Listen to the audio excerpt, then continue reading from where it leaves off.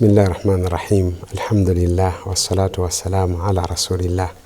Amma ba'd. Badba Allah balungi abaliyo mwenna. Assalamu alaikum wa rahmatullahi wa barakatuh. Tugenda maaso ne programu yaffe ya hadithi y'olunaku.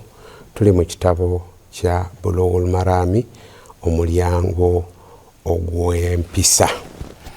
Olwaleero Ibn Hajar al-Asqalani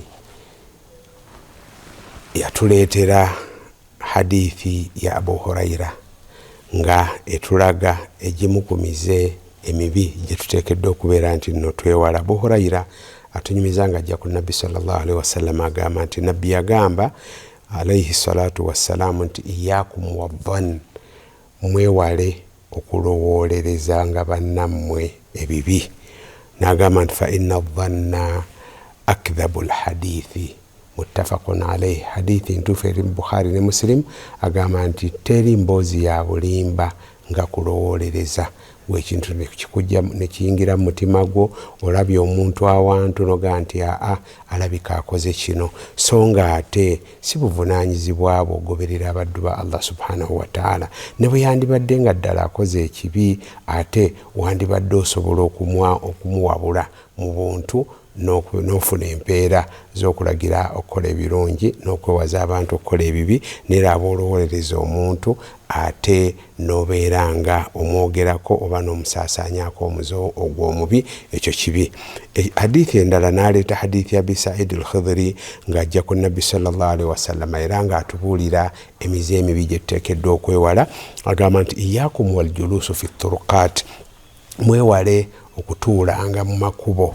Abantu abamu tebafaayo, ebimeeza byabwe babiteeka ku makubo, n'alengera ajja n'alengera agenda, ne bafuuka abantu abali mu lugambo n'okugeya abantu, ate nga nagyo mize mibi. Qaalu ya Rasulallah ma lana buddu min majalisina natahaddathu fiha.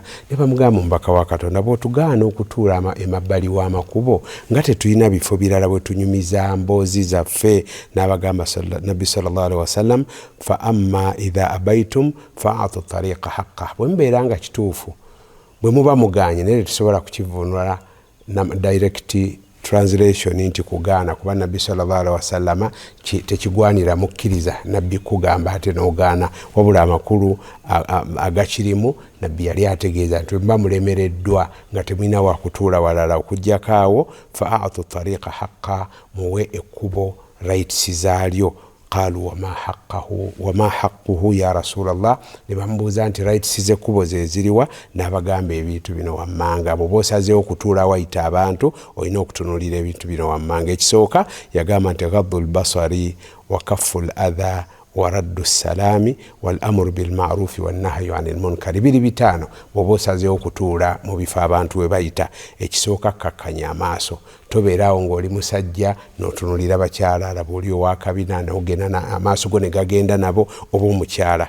Ekyokubiri kafful adha, tokola ekintu ekinyiiza abantu ng'ate oli awantu we bayita, tebalina wakuyita walala bayita wooli, naye ate ggwe n'okola ekibanyiiza ng'okunyigiriza, ne babeera nti nno tebasobola kwetaaya nga bayitawo ate nga ggwe olemeddewo.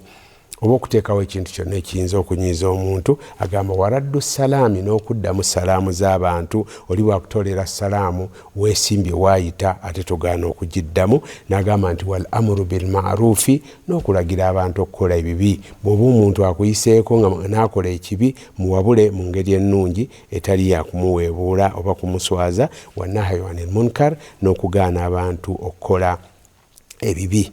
Mulagira abantu okukola ebirungi, mugaana abantu okukola ebibi. Bwe munaaba mukoze ebyo temujja kufuna musango nga mutudde abantu we bayita. Ne bwe munaabeera ku makubo abantu we bayita ne mubeera nti ate mukola bibanyiiza, mujja kufuna omusango. Era Nabbi sallallahu alaihi wasallam yensonga lwaki yabagaana. Hadha wa sallallahu ala sayyidina Muhammad wa ala alihi wa sahbihi wa sallim walhamdulillahi rabbil alamin.